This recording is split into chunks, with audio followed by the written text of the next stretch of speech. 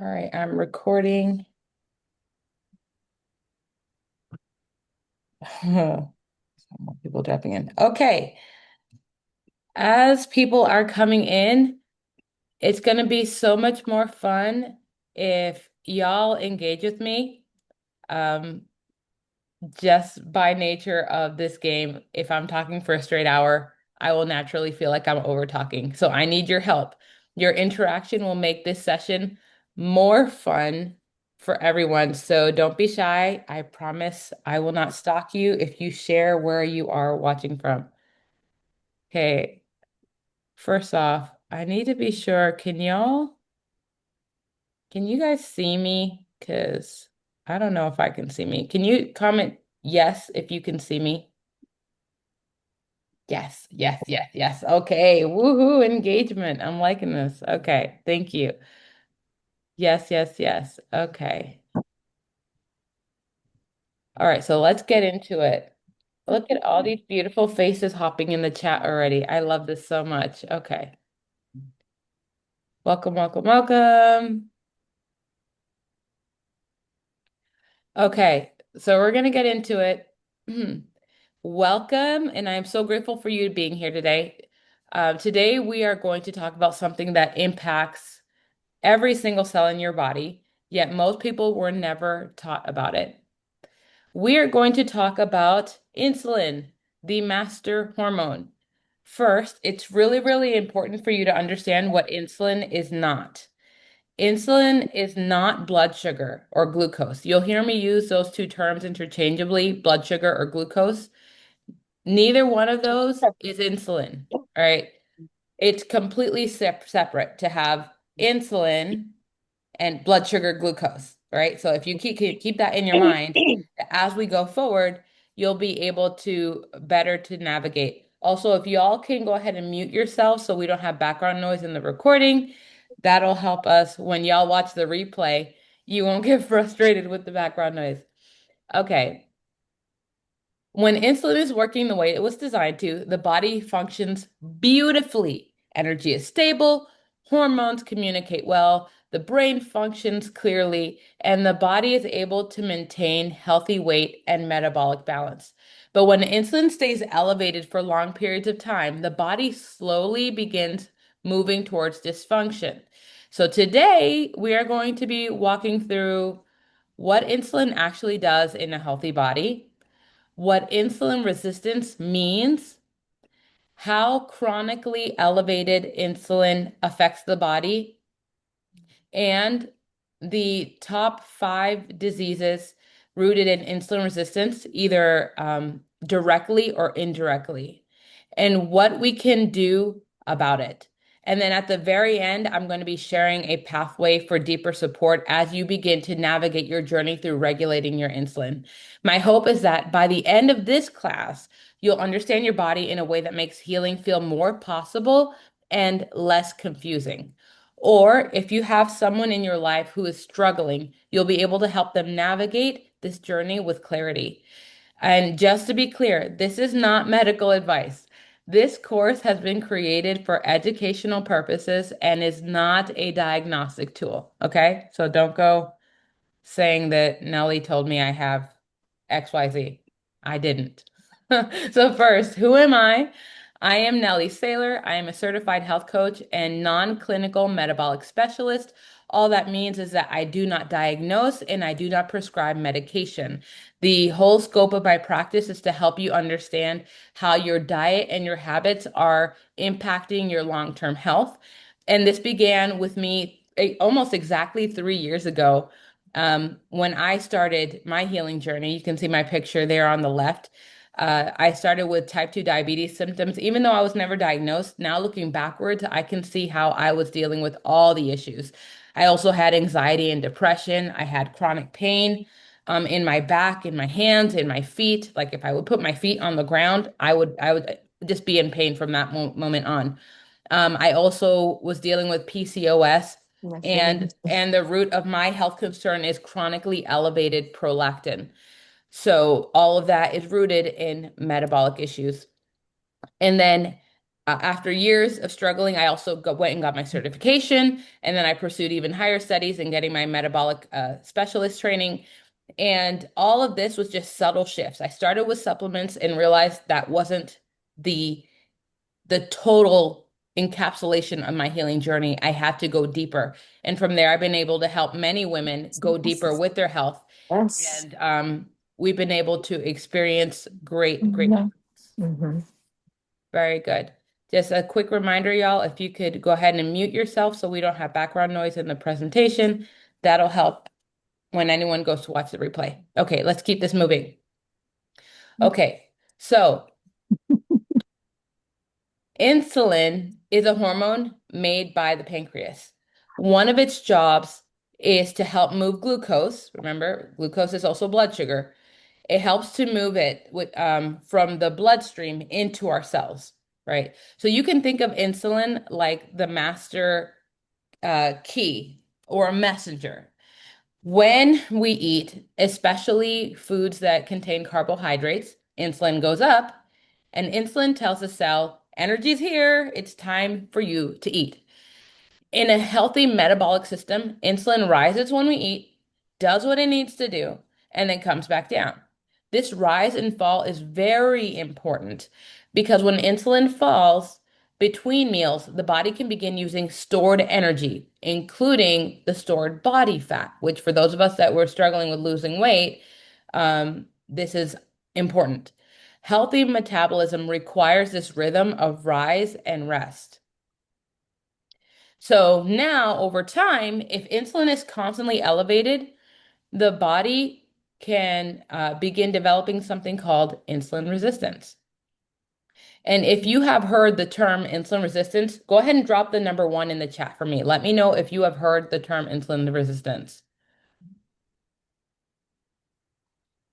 All right, I see many ones popping in the chat. Love that. Okay, so I want to draw a picture for you. So this is your cell, okay? And outside your cell, you have many receptors. I am an artist. All right. So on the outside of your cell, um, your body starts to send insulin, and insulin is trying to enter the cell here. But it takes some glucose, it comes to the cell receptor, and then it puts that glucose into the cell. But when insulin resistance starts to happen, this same glucose is now being rejected at the door. And it's taking more and more insulin to get this same glucose into the cell. Right. So they're basically now going from being a key that fits well within the lock to now being like brute force against the door. You know, like someone like shouldering their way in. That's basically what's happening here. The pancreas tries to compensate by this rejection by producing more and more insulin. So insulin levels become higher and higher over time. And this process can go on quietly for, did someone call me Van Gogh? Thank you so much. This process can go on quietly for years, sometimes even decades, before someone is diagnosed with a metabolic disorder like type 2 diabetes. And not everyone who has insulin resistance will end up with type 2 diabetes. But everyone with type 2 diabetes has insulin resistance. So I'm going to draw you one more picture.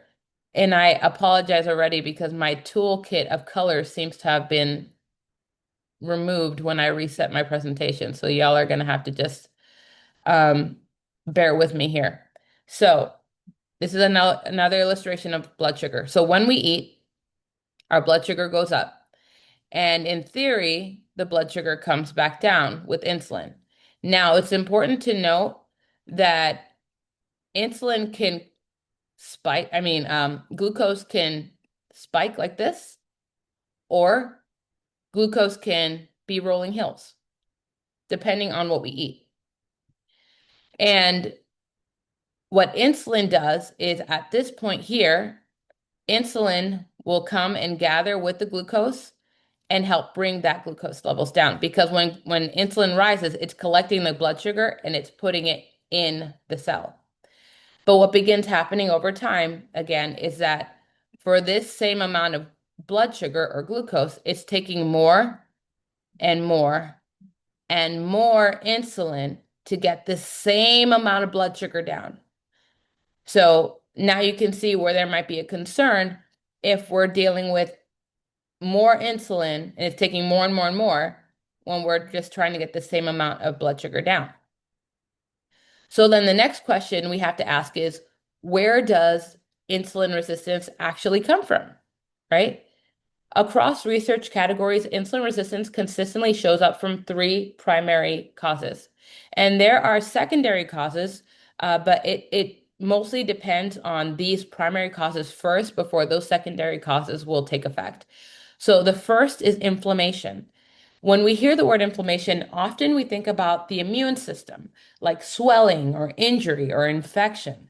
But what researchers are actually talking about here is cellular pathways inside the cell itself. There's actual like connections between inside the cell. Cells have internal signaling, and these pathways, when they become inflamed, we end up with our cell receptors being resistant. So again, here's my drawing. I'm such an artist. Okay. So if you have all your like mitochondria and all those different parts on the inside of the cell, and then you have these pathways in between all that can become inflamed. So this is within your cell. You can have inflammation within your cell.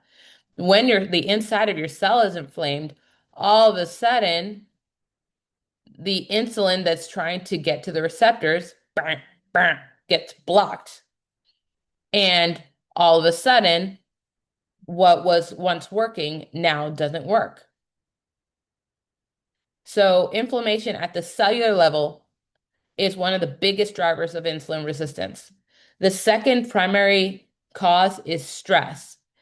Two key hormones involved here are cortisol and epinephrine. If you've heard of the term cortisol or high cortisol, can you say me or something? Let me know.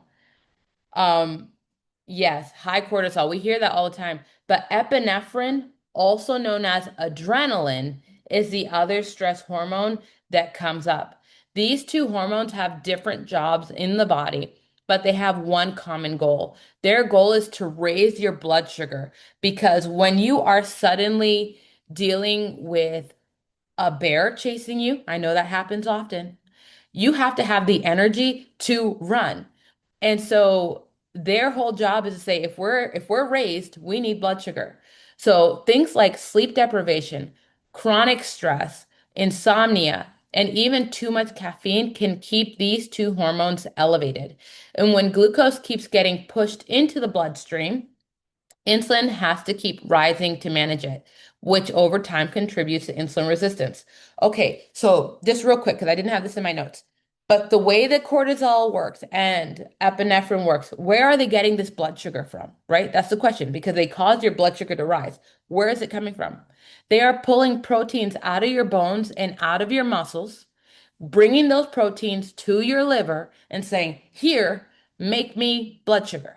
So then your liver has to go out of its way to make some more blood sugar, and then you end up with extra glucose that you didn't eat.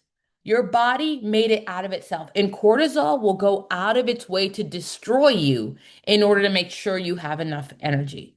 It's really a sweet concept. Makes me think of like how your child might go out to the garden, pick your beautiful flower beds, pull them out from the root, and say, "Here, mommy, I made this for you." And you're like, "Oh, thanks, baby. I wanted that planted in the ground." That's cortisol. The third primary cause is chronically elevated insulin itself. This is where our modern eating habits come in.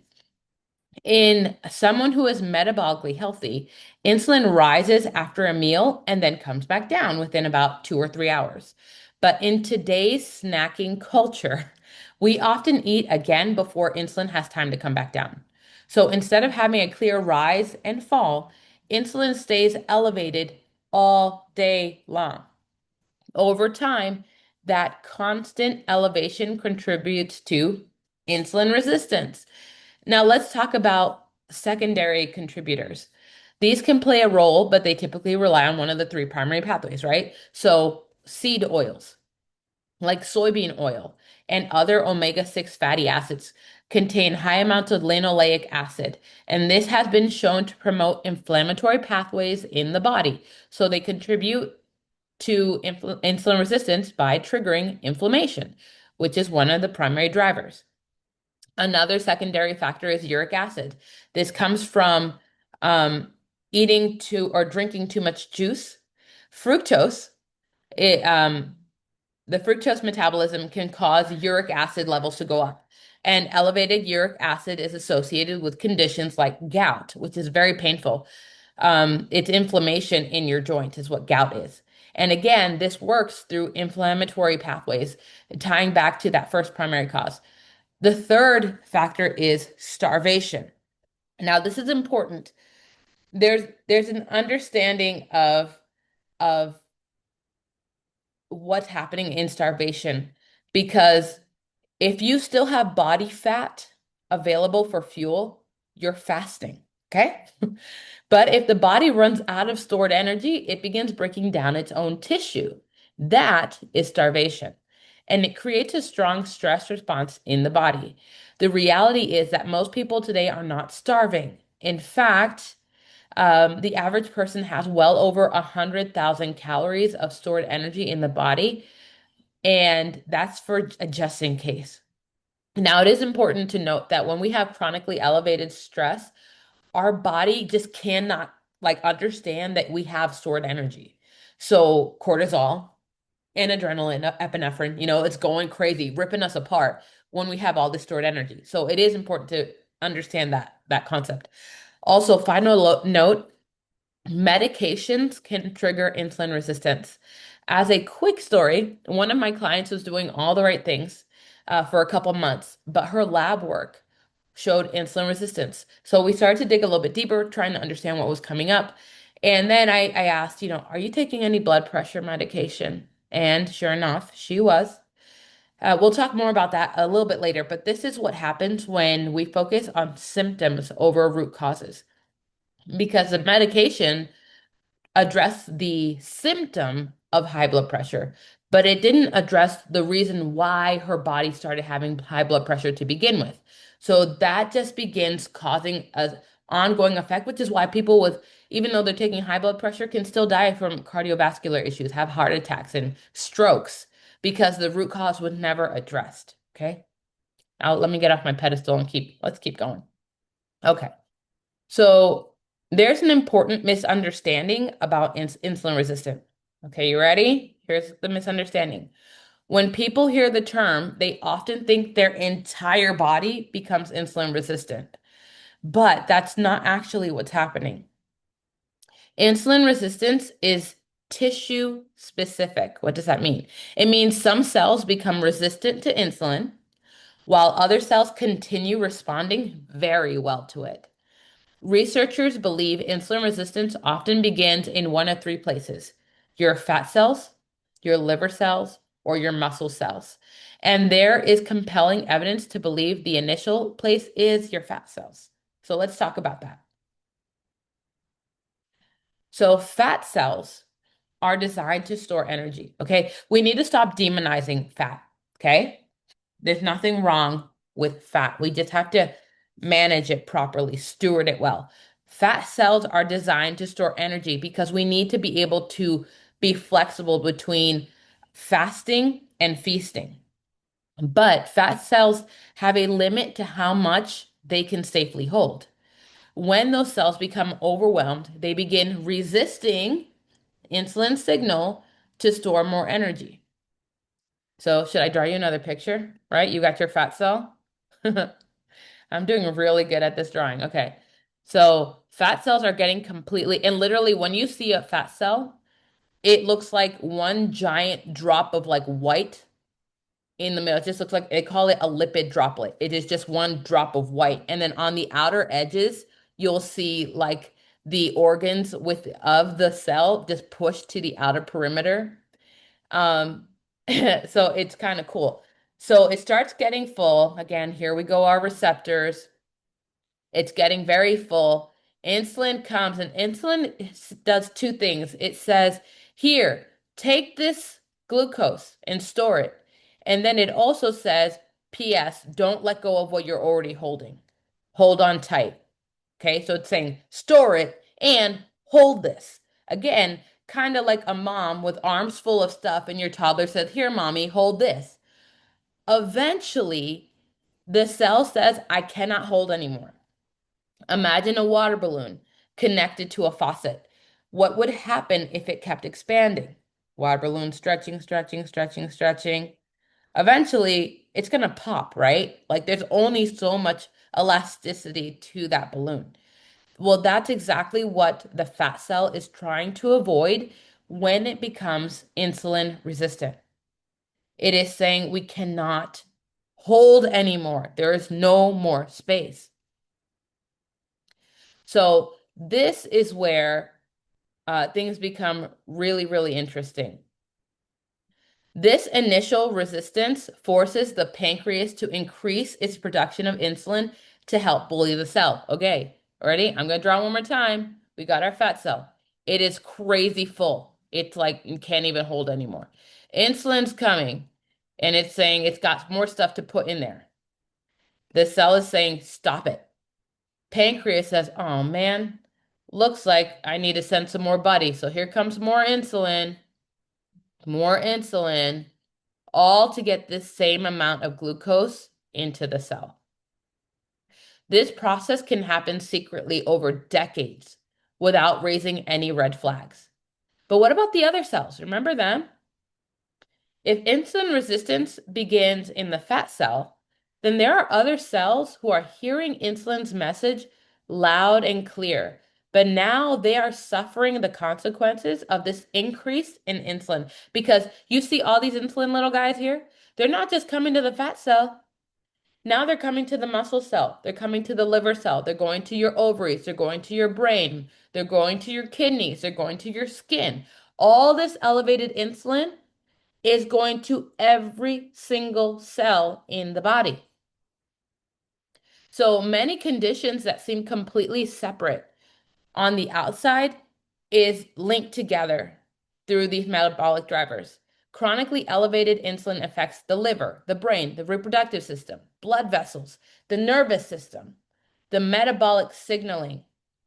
Imagine a house. Okay, you might have, I have a house that doesn't have um, a speaker system in every room, but you might, right? So imagine a house where there are rooms that have speaker systems in every room, but in some rooms, the speaker system is going out. It's not as good. It's finicky. It's staticky. So the person controlling the volume keeps turning the sound louder and louder and louder to reach those rooms that have finicky speaker systems. But the rooms that can still hear are now being blasted with sound. So let's look at how this plays out in some common health conditions. All right, I need a 10-second water break. Hang on. We've covered a lot of ground already. If you're still with me, please drop a 3 in the chat. Okay, so we're going to shake, shake, shake. If you need to stand up, do a little stretch. And let's keep moving. Yay, I see a lot of 3s. Woo, let's keep it going.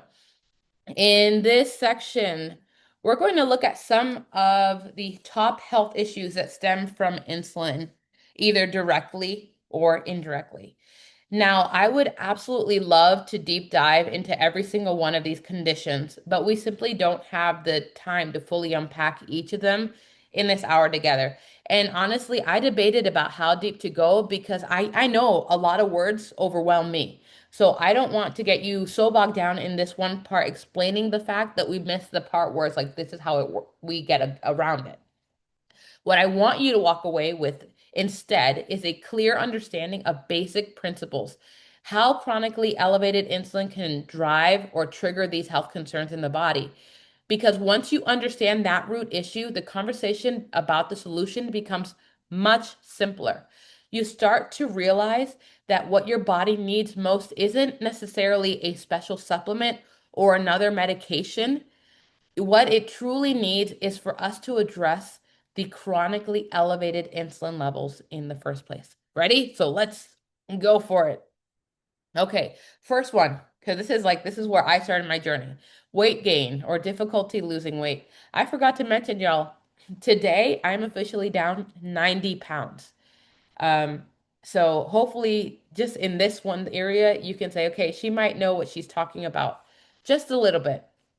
Insulin is the body's primary fat storage hormone. Thanks to you, ladies, I appreciate y'all.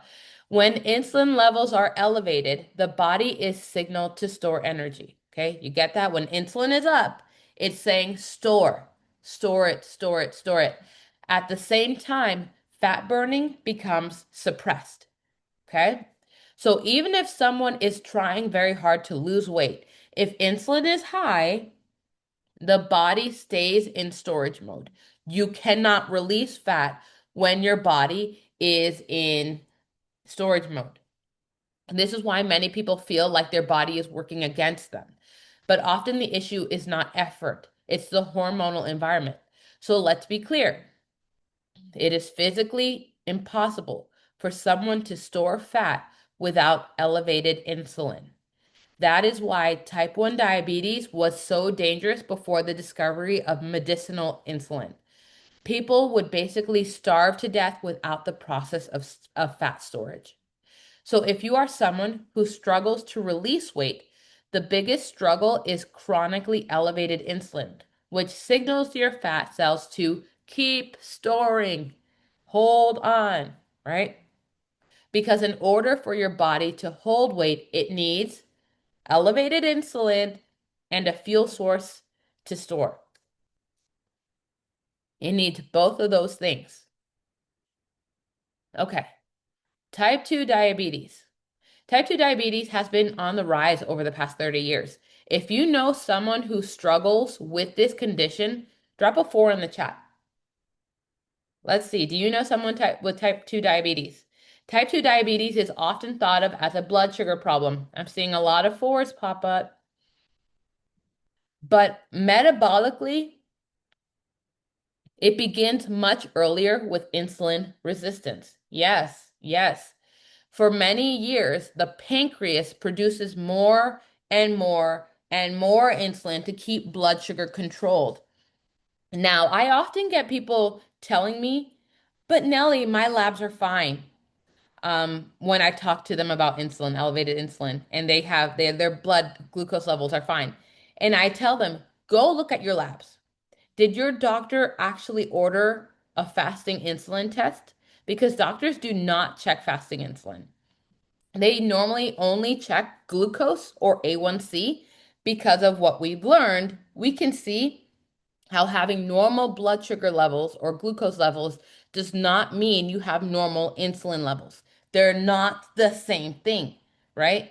So, type 2 diabetes isn't where the problem starts, it's where the body can no longer compensate. So, by this point, remember all my beautiful the chart when by the time we get to type 2 diabetes, insulin has been going rising and rising and rising and rising. And by this point, there's so much blood sugar that insulin cannot, your body cannot create enough insulin to compensate for all that glucose. All right. So that's the point when we get to type 2 diabetes. That's not the beginning of insulin resistance. It has been ongoing easily for multiple decades. Okay. Fatty liver disease. The liver plays a major role in metabolism. When insulin levels are chronically elevated, the liver begins converting extra glucose into fat. So, my metabolic health instructor, he likes to say that the liver is the soccer mom of the organs. So, the liver is constantly like gathering, collecting, holding, sending, flipping, all the things. The liver is the mom. It's going to make sure. And so like literally the liver starts to hold just in case, just in case, just in case, all that extra glucose when it sees that the pancreas is struggling to produce enough insulin to gather that blood sugar. Now, if someone is consuming a diet high in fructose, we're back to fructose. I know we mentioned that earlier. So, consuming a diet high in fructose, either from fruit juice or the ever popular high fructose corn syrup. Y'all remember that ingredient? It's in a lot, it's in ketchup. That sugar can only be metabolized by the liver. No other organ in the body uses fructose. It's just the liver. So this causes another stream of energy that is being put into the body. And now, and one more thing the mom has to do, right? One more thing, mom's got to now, not only is mom picking up after the kids because pancreas is struggling, but now mom also has to pick up all the fructose that is left over because no one else can gather fructose, just the liver.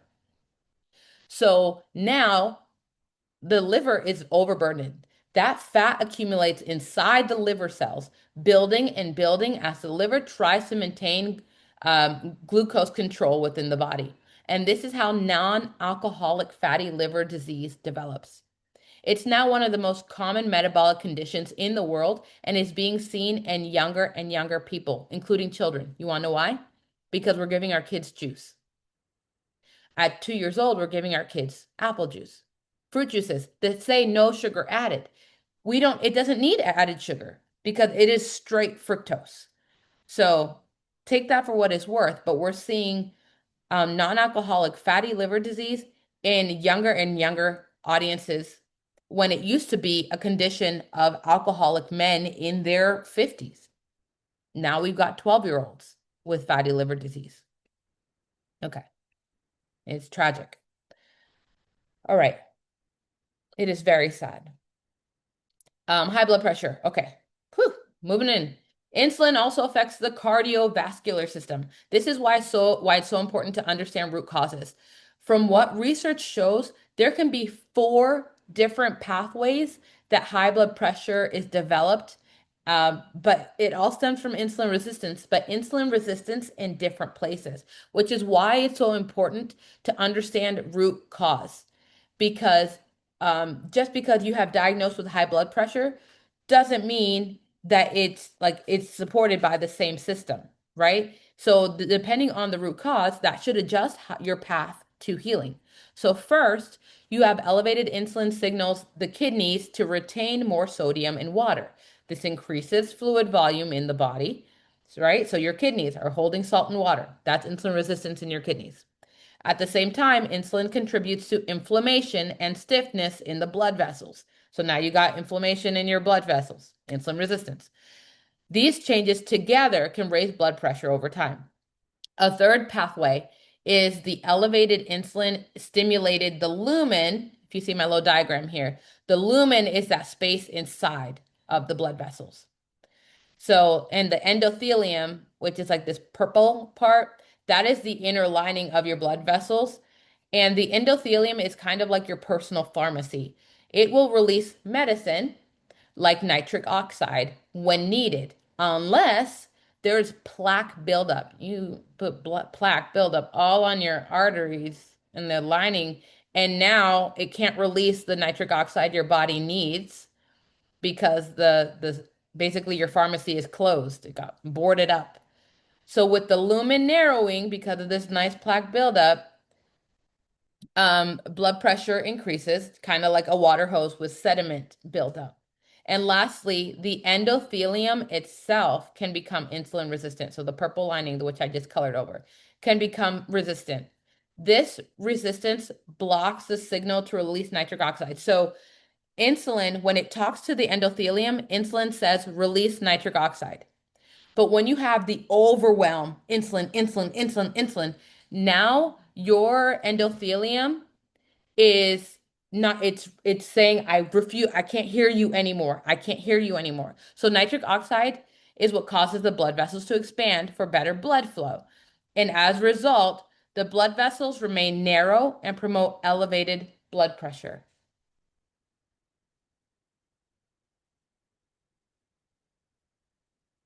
Hold on, y'all. You're not gonna believe it. My husband got locked out of the house. One second.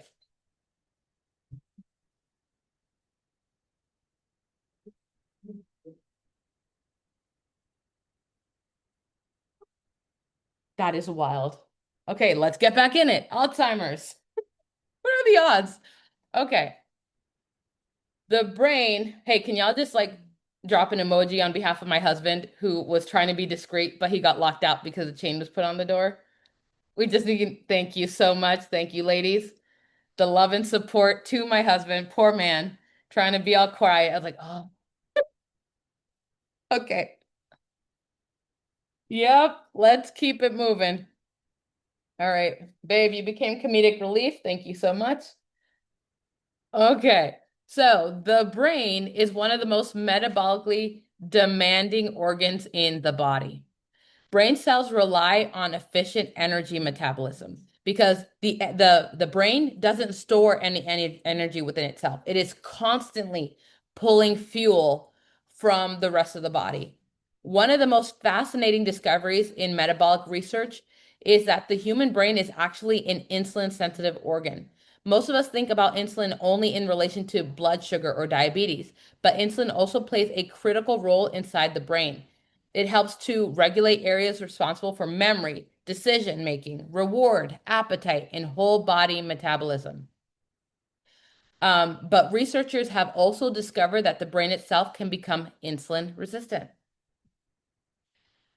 Just like cells in the body uh, that can stop responding to insulin in certain regions of the brain can stop listening to the insulin while we begin, like, while still having parts that are insulin sensitive. For example, the hypothalamus plays a major role in regulating hunger, satiety, and energy balance. When insulin resistance develops in the hypothalamus, the brain has a harder time recognizing when the body has enough energy. Hunger signals can become dysregulated, making it easier to overeat and harder to maintain a healthy weight. Another area affected is the prefrontal cortex, the region responsible for decision making, impulse control, and emotional regulation. When insulin signaling becomes impaired, this part of the brain, it can affect motivation, mood, and cognitive clarity. And researchers are now exploring how disruptions in insulin signaling in the brain regions may contribute to a wide range of neurological and psychiatric conditions, including Alzheimer's, schizophrenia, depression, and anxiety disorders. In fact, many scientists have begun referring to Alzheimer's disease as type 3 diabetes because of the strong connection between impaired insulin signaling in the brain and the changes seen in Alzheimer's. So, when brain cells struggle to respond to insulin, they also struggle to properly use glucose for fuel. And over time, this energy deficit can impair memory, learning, and neuronal communication. So, and this is why metabolic health matters so much, because when we lower chronically elevated insulin, um, this begins to stabilize our blood sugar. It improves insulin sensitivity throughout the body. And we're not just supporting weight, we are supporting the metabolic health of the brain. The same strategies that help restore metabolic balance in the body may also help restore healthier signaling in the brain, supporting memory, mood, cognitive function, and long term neurological health. Your brain is starving for food, and for many years, we thought the only fuel a brain wanted was glucose. But now we know there's another more efficient fuel source. But we'll talk about that in a few minutes. Let's keep going. I feel like I need to talk faster. Um, Infertility. Reproductive hormones are deeply connected to metabolic health. In women, elevated insulin can disrupt ovulation signaling and increase androgen production. Thank you so much, Karen. Can y'all drop like yes if you've heard of PCOS? Do you know what that is? This PCOS, yes. So it stands for polycystic ovary syndrome. And again, studies have shown a path to restoration from this condition after about 90 days of a strategic diet plan. Elevated insulin plays a major role in this, okay? So if you look at my diagram here, beautiful diagram that I did not draw. So on the left here, you have a normal ovary. On the right here, you have a polycystic ovary. So in a normal ovary, what's happening is your body during a certain part of the month begins producing androgens. Androgens are the hormone family of male hormones. So testosterone is an androgen. And so the female hormones are born from androgens, which I think is really cool because we're born from man, you know what I mean? And then God's like, yeah, and your hormones come from man too. But how it becomes a female hormone is that um, insulin comes in and it begins to signal to convert. It begins a signal called aromatization. And that aromatization converts the androgens into estrogens. And there's a family of female hormones called estrogens. It's more than just one, there's multiple, right? So those estrogens rise, and at the peak of the rise, it releases an egg, and that begins the journey of what could be a baby or the process of like us having a menstrual cycle. But with insulin resistance, that signal to convert testosterone or androgens into uh, estrogens gets blocked. Too much insulin blocks the signal to convert. So now we're left with all this testosterone, androgens floating around, and no conversion. So now we don't have enough estrogen to develop a follicle, which is what these here. So there's another hormone, FSH, is developing follicles. And then when estrogen surges, one gets selected, the one that's most advanced gets selected, and boop, it gets popped out. So with this, the follicles just keep developing, developing, developing, developing. Now you got cysts because at no point did one get selected and popped out. And when one gets selected and popped out, then all these cysts fall apart. They shrink. And then they get ready for the next cycle to come around where they'll swell, swell, swell, swell, swell. Okay? So that's what's supposed to happen. But we end up with testosterone floating or androgens floating in our body. That gives us acne. That gives us chin hairs. That gives us irregular menstrual cycles and a whole other slew of issues, right? So it's important to understand that. And then in men, I don't know, I know you don't have any men in here, but if you got a husband, listen to this. Insulin resistance can lower testosterone levels and affect sperm quality. The same insulin resistance that stops the endothelium, remember the inner lining of the blood vessels, from releasing nitric oxide will also stop blood flow for men, leading to erectile dysfunction, right? So when metabolic health improves, reproductive hormones often begin communicating more effectively again. So your husband doesn't need Viagra, he needs to address his insulin levels. You're welcome.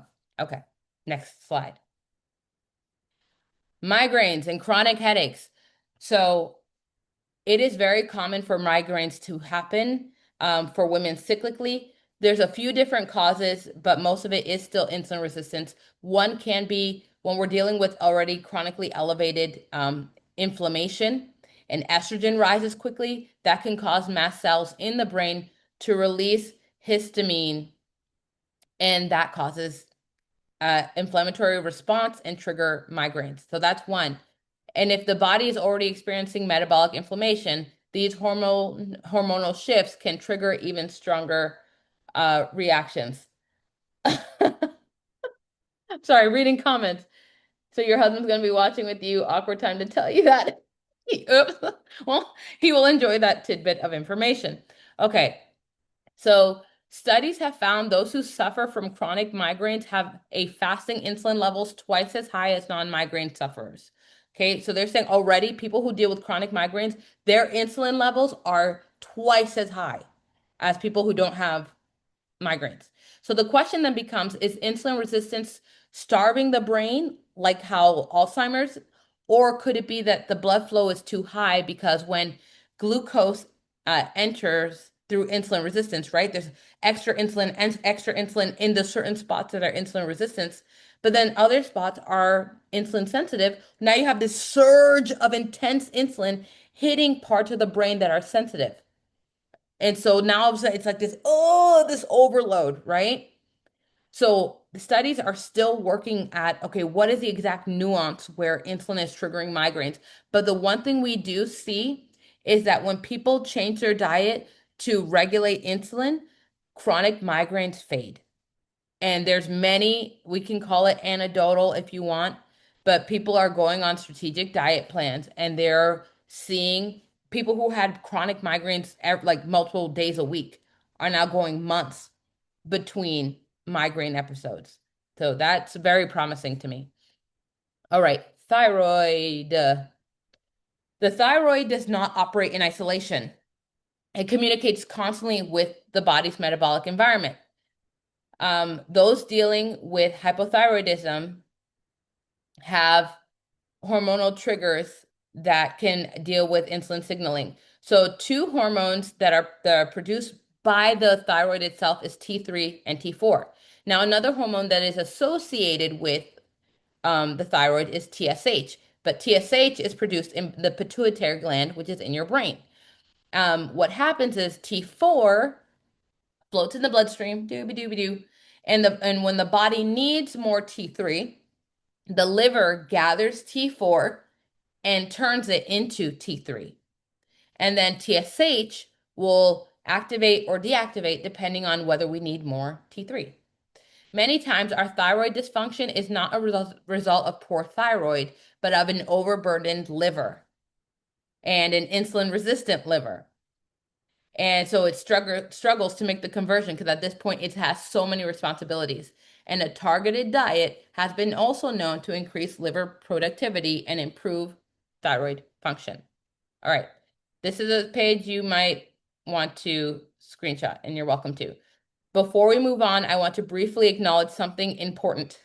We've already talked about several major conditions connected to chronically elevated insulin, but those are actually just a small portion of the picture. Insulin is what we call the master hormone, right? Meaning it influences many different systems throughout the body: metabolism, inflammation, vascular health, brain function, and hormone balance. Because of that, researchers have found that insulin resistance is associated with surprisingly wide range of other health conditions as well. We don't have time to go into all of these, but I want you to see just how far reaching the metabolic health really is. When we support insulin balance, we're not just addressing one condition, we're supporting the entire metabolic environment in the body. So even if you were diagnosed with 10 of these conditions, addressing your metabolic health in the same way, in one way, is going to address all of these things. And it's important to note these connections are not guesswork or anecdotal. There have been medical journal studies that have very clearly connected insulin with these health issues. But our biggest struggle is that the information gets trapped within the mess of pharmaceuticals and medical professionals not continuing their education beyond medical school.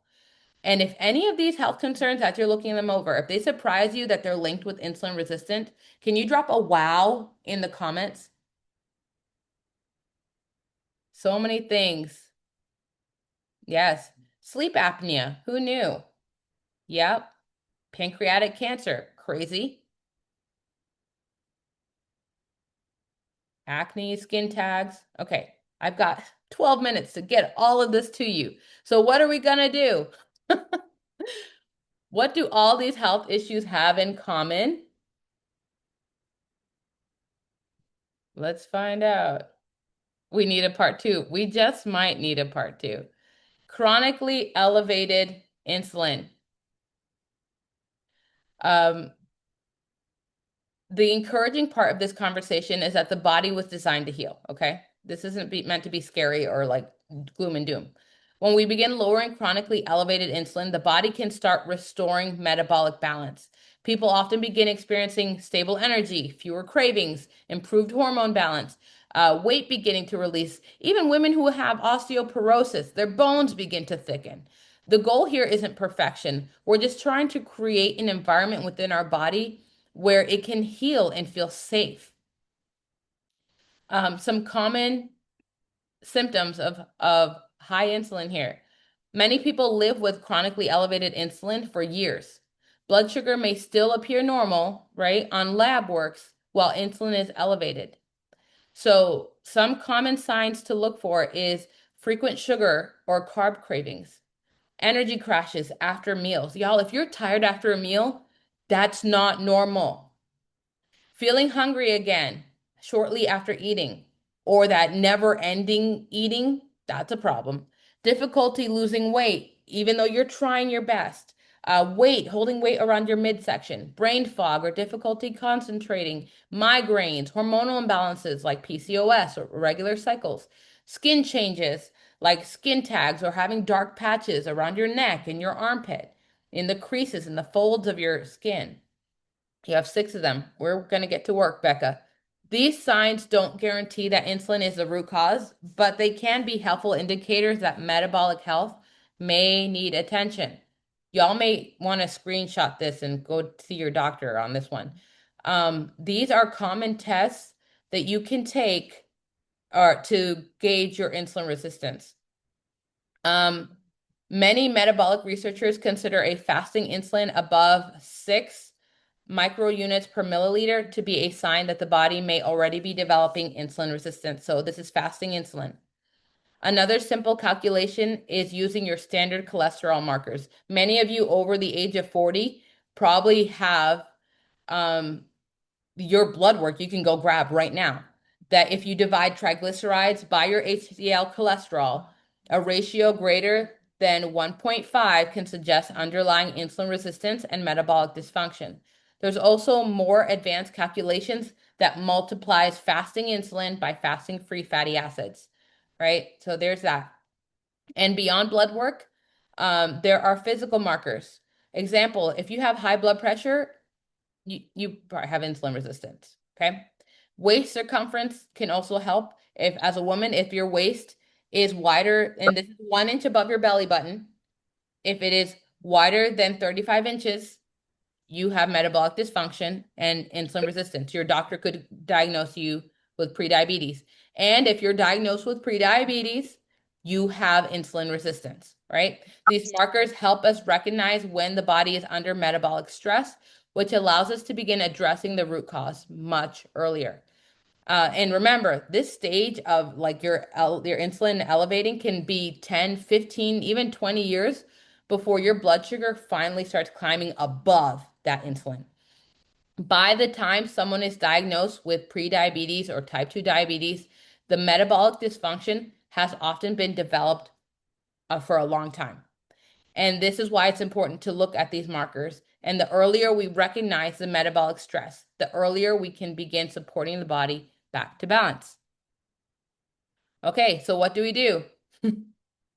Here we go. One thing that is clear, the standard American diet is not the path for longevity. If you understand this, that how we have been taught to eat they flipped the food pyramid, but before when all the grains were at the bottom, that was not it. If you're understanding that, can you drop a 5 in the chat while I keep talking? The Western diet that consumes refined carbs with multiple meals a day, sips on flavored drinks, and eats right before bed has led us to metabolic crisis, unlike anything we've ever seen before. And our medical system that focuses on treating symptoms instead of root causes has kept us bound to pills instead of walking in biblical freedom and longevity. But there is a clear path forward, my girls. Do not stress. There are several strategies that can help the body begin lowering insulin levels. The most direct way to reduce insulin is to simply stop stimulating it. This is where intentional eating windows can become helpful. When we allow longer spaces between meals, insulin has time to fall. Not sipping on sweet flavored drinks all day. Sweet flavors, even if it's sugar-free, has been known to stimulate insulin, including chewing gum. That stimulates insulin. Chewing, swallowing, that process, stimulating insulin. In my fun rule that I tell my girls, when the sun is down, forks are down. We're done eating when the sun's down, okay? I see you booing over there. Another important strategy is reducing the amount of carbohydrates that are constantly stimulating insulin. This doesn't mean eliminating carbohydrates, so bread, pasta, rice. You don't have to eat straight sugar in order to be creating sugar, right? Even many vegetables like potatoes, starches break down into sugar. So we need to learn how to prioritize protein and fat nutrient-dense whole foods, and this will significantly reduce the insulin demand, retraining the body to focus on fat as fuel instead of just glucose. One of the most fascinating things about the human body is that it was designed with two fuel sources. The first fuel source most of us are familiar with is glucose, right? So we've been talking a lot about glucose. But our bodies were designed with a second incredibly efficient energy system that runs on fat. When insulin levels drops low enough for the body to begin breaking down stored fat and converting it into a molecule called ketones. Yay. You ever heard of the keto diet? Let's talk about it. Ketones can be used by many tissue in the body, but the brain especially loves ketones. In fact, ketones are considered very clean and efficient fuel for the brain, often producing more stable energy and fewer inflammatory byproducts than constant glucose burning. And it requires no special key or assistant to penetrate the cell or the brain barrier. A helpful way to think about it is like a hybrid car, right? So the most efficient vehicles are the ones that can flexibly move between both fuel sources. Our metabolism is meant to work the same way. The ability is called metabolic flexibility, the ability for the body to switch between burning glucose and burning fat depending on what fuel is available. But when insulin is constantly elevated from frequent eating and high carbohydrate intake, the body essentially becomes locked into glucose burning mode. It's like having a hybrid car that never switches to the electric battery, even though the battery is fully charged. That stored fat on our bodies is stored energy. The key is learning how to create conditions where the body can unlock the stored fat and use it efficiently, which it's telling insulin to be quiet, right? Like that is how we do it. When flexibility returns, many people experience stable energy, reduced cravings, easier fat loss, and improved metabolic health. But we deal with the roller coaster, right? Where we eat a meal that is high in refined carbohydrates, the blood sugar rises quickly. Then in response, insulin rises to bring that blood sugar back down. But when the spike is high, the drop is high. So it's high spikes down quickly. The blood sugar falls quickly, which can lead to symptoms like fatigue, brain fog, irritability, strong cravings for sugar and carbs. You might feel sick, nauseous. So many people interpret that feeling as hunger. So they reach for another snack or another quick source of energy that brings blood sugar back up again, or a cup of juice, right? They tell diabetics, go drink some orange juice to spike your blood sugar back up. So now you're on that roller coaster, up and down, up and down. Over time, that repeated cycle keeps insulin elevated and contributes to insulin resistance and metabolic dysfunction. We don't want that. And the downside of dieting is that it can be so frustrating when we're stuck counting calories. You've tried it. Many of you have probably even tried the keto diet. And sometimes they work for a while, but eventually the weight comes back, the fatigue returns, the cycle starts all over again. The reason many diets fail is because they focus almost entirely on calories while ignoring one of the most important hormone regulating metabolisms, insulin. Are y'all getting it? Insulin. When we are constantly cutting back calories, the body will respond with hunger. You cannot deprive your body of essential calories. There's an X amount of calories your body needs every day. And there's a formula that we can do to determine that.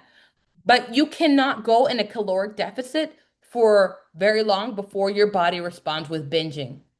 And then you get into binge mode, and then insulin goes up. And then you get back into energy storage mode. So even if someone is eating less food, and your body, but you're eating frequently, you may still be struggling with stored fat. So metabolic health needs a different approach. Instead of focusing on calories, we focus on metabolic signals that control energy use in the body. We're going to lower insulin. Here's the plan. Are you ready? If you give me an extra like 7 minutes, I'm going to give you the plan for understanding how to regulate your insulin. Okay, this is it. Thank you. I have your permission. Say yes, go forward. Otherwise, I got to turn this off right now. Okay. So what is the system? The strategy is actually very simple. Very, very simple. It comes down to creating the right conditions where insulin can come down and the body can begin accessing stored energy again. The first step has to do with when we eat, okay? When we eat. In order for your body to begin producing ketones and tapping into stored fat for fuel, your insulin needs time to fall. So if we see that it takes 2 to 3 hours for insulin to come down after eating a meal, that means at minimum, nothing should be coming into our mouth after a meal for 3 hours at least. And my mission is 3 to 5 hours between a meal. Um, and then another easy way, that's so we have 3 to 5 hours between meals. A good place for most people to start in fasting is having a 12-hour window between when your last meal is in the evening until your first meal the next day. So if dinner ends at 7 p.m., breakfast would be around 7 a.m. Okay? This overnight window allows insulin to drop. Now, this is important. This is something, what is that term that says like it lives rent free in my head? I learned that when we deal with chronically elevated insulin, there's been this calculation where it took one person over 24 hours of not eating before insulin levels came down because of how chronically elevated it is. We imagine that when we eat our food, oh, that's it, that's the moment up and down, but it takes hours, hours for insulin to come down when it's chronically elevated. So it's very important that every time that we understand that every time we eat, insulin rises. That's a normal and healthy response. But when we snack constantly throughout the day, insulin never really gets a chance to come back down. And for many of us, it can take a few days before insulin levels come down because of how chronically elevated they have been. So allowing 3 to 5 hours between your meals gives the body time to process the energy from the previous meal before you introduce more energy. The second major strategy has to do with what we eat. Certain foods cause much larger glucose and insulin responses than others, right? So when we eat, we want to build meals in a way that helps keep blood sugar more stable. A helpful approach is to prioritize protein. I have a healthy plate method that I use. Half my plate is protein. A quarter of it is fiber, and then another quarter is if I want any carbohydrates. And in the smallest portion on my plate is any carbohydrates. Um, it is important to be intentional about understanding that too much carbohydrates will spike your insulin and glucose. Protein and fat digest more slowly and tend to cause a much smaller glucose spike. So they are the rolling hills of glucose versus the sharp spike of the carbohydrates create. If you do include carbohydrates in a meal, another helpful strategy is simply to change your order of food. Okay, I get this. You go to the restaurant and the restaurant puts a basket of bread or chips and salsa in front of you, and your natural tendency is to chow down on that. But if you can just hold off and just don't eat that first, ask for a salad starter or some kind of veggie starter. Eat that first, and then your meal, and then um have the bread or the chips and salsa at the end. The restaurants don't give you chips and salsa or bread to be kind and to be like generous. They give you that stuff at the beginning because they know that'll make you more susceptible to want sugar, dessert at the end. Because when you start with that bread, that carb, that puts you on the crazy cycle. We don't want that. One thing my husband did, because one of y'all mentioned Texas Roadhouse, and they have the honey butter. My husband tells the server, "Hey, can you hold off on the bread rolls?" And then he asks them for fresh bread rolls after he's already eaten his steak. And then he puts the honey butter, slathers it on there, and he enjoys it like his dessert. I completely abstain from bread because I'm on a different journey than he is. But that is like if you understand what the hack is, what they're doing, they're like, if I give them a starter, that's a carb, they're gonna want a dessert at the end, and that's more money for me. Okay? That's what they're doing. So this order helps you to slow down the glucose spike. And these small adjustments help create the metabolic environment where insulin can begin coming down and the body can begin to regain metabolic flexibility. Okay, we're not starving ourselves here. We're just establishing better habits. Okay, now one of the main problems that most people face is that y'all already know you should eat healthier. You should do less sugar. You should take care of your body, right? Y'all know that. But the challenge is knowing how to implement these changes in a sustainable way and doing it without feeling overwhelmed, isolated. When I began my healing journey and no one else in my house was doing it, that was very isolating. And because of that, I'm launching a 30-day insulin reset challenge. This is a group coaching experience where we walk through the process together. Each week, we will meet live on Zoom. I promise not to go beyond the time. The first 30 minutes is some teaching. The second 30 minutes is you asking questions. Whatever questions come up for you throughout your journey, you can ask it there, and we're going to address it right there in the spot. What are you experiencing? You'll also receive a free 20-minute consult with me where we will establish your personalized journey. And you will also have access to my wellness village community, which is the Almost Confident Village. And in there, you'll be part of a private cohort where you can ask questions throughout the week and access resources along the way. We will jump in this coming Monday, March 23rd. We'll gather every Monday at 8 p.m. Eastern Standard Time for 4 weeks. And I'll make a replay available to you. But my biggest goal is that you show up, you are held accountable, you are asking questions. I am helping you navigate that. So imagine starting your day with clarity and ending it without the mid-afternoon crash. In week 1, we'll help you create a rhythm around your meals, giving your body the time it needs to reset and to understand what your eating window is. We will calculate it for you with grace and mercy. By week 2, you'll see your plate in a whole new way. Each meal becomes a tool to support your body. You're not starving yourself. You're not hating yourself. You'll feel empowered knowing exactly what to eat, in what order, how to combine foods so your blood sugar stays steady and your energy is reliable.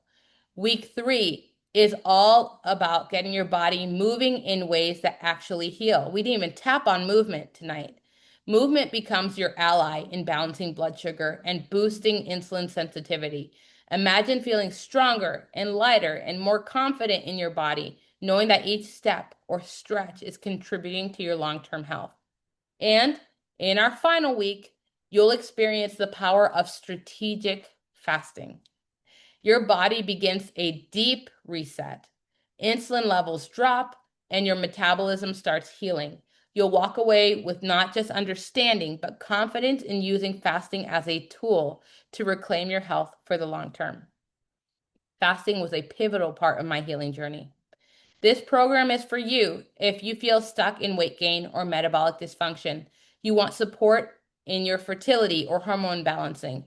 You've been prescribed medications with zero path to how to get off of those medications. And you want to understand how to nourish your body wisely. And you are ready to take a step toward healing. You know yourself. If you're good at gathering information, but you struggle on how to apply it, then that information was wasted.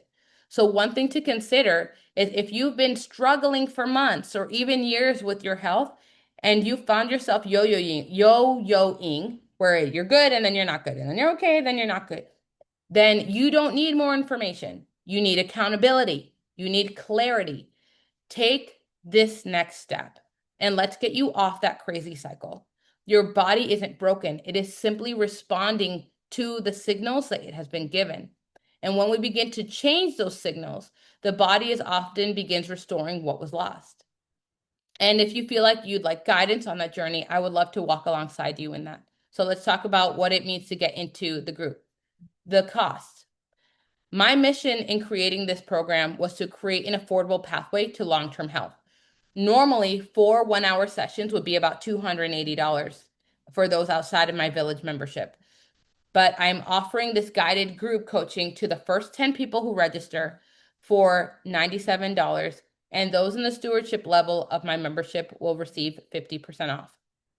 Remember, this is 4 weeks. guided support, and access to my private group cohort where you can ask questions at any time. I am going to go and find the registration link, and then I'm going to be dropping it here. So anyone that's interested in grabbing that can. If you are part of my village, private message me and I will give you a private access link. Give me 1 second here. I'm glad that I set up everything but got this. You know what? Let's see. I was so excited about getting everything else set up for y'all that I missed the part where there's long-term support for you. Here we go.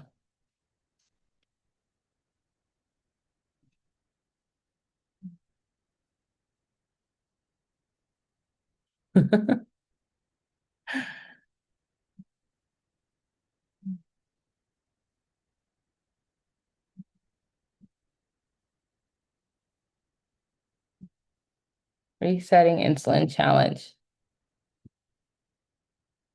Are y'all still with me? I didn't lose everybody. Here it is. Okay. I'm dropping the link. Yay, y'all are still here. Okay. Let me get out of that.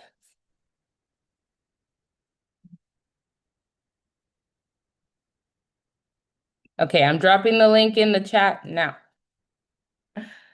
There you go. So before we wrap up today, I just want to say thank you. Thank you for being here. Thank you for spending time with me. And thank you for being willing to learn. I just dropped the registration link, and you will also receive that same link in your email after this event. So if you don't have time to look at it right now, you still have access to it later. And just know it is for the first 10 people, and we start on Monday. So don't hold off too late. I'll also be emailing everyone here a replay of this teaching because my hope is that this becomes a resource you can come back to. My biggest desire through this process is simply streamlining the journey for you. So you have the information. The next step is applying it. And the way I coach is very simple. We go by awareness, we take those steps. And when you walk away from those 4 weeks, you won't just have information, you'll have the framework, you'll have the practicality, you'll have the freedom to ask questions if things come up for you and they feel scary or they feel overwhelming. And you have someone who's guided other people on this journey before and have guided herself on it. Now, if this feels like the next step for you, I would love to walk alongside you in that journey. Thank you again for being here with me today. I'll stay online for a few extra minutes to answer any questions in the chat, and you're welcome to slip out when you're ready. Thank you so much, and God bless you.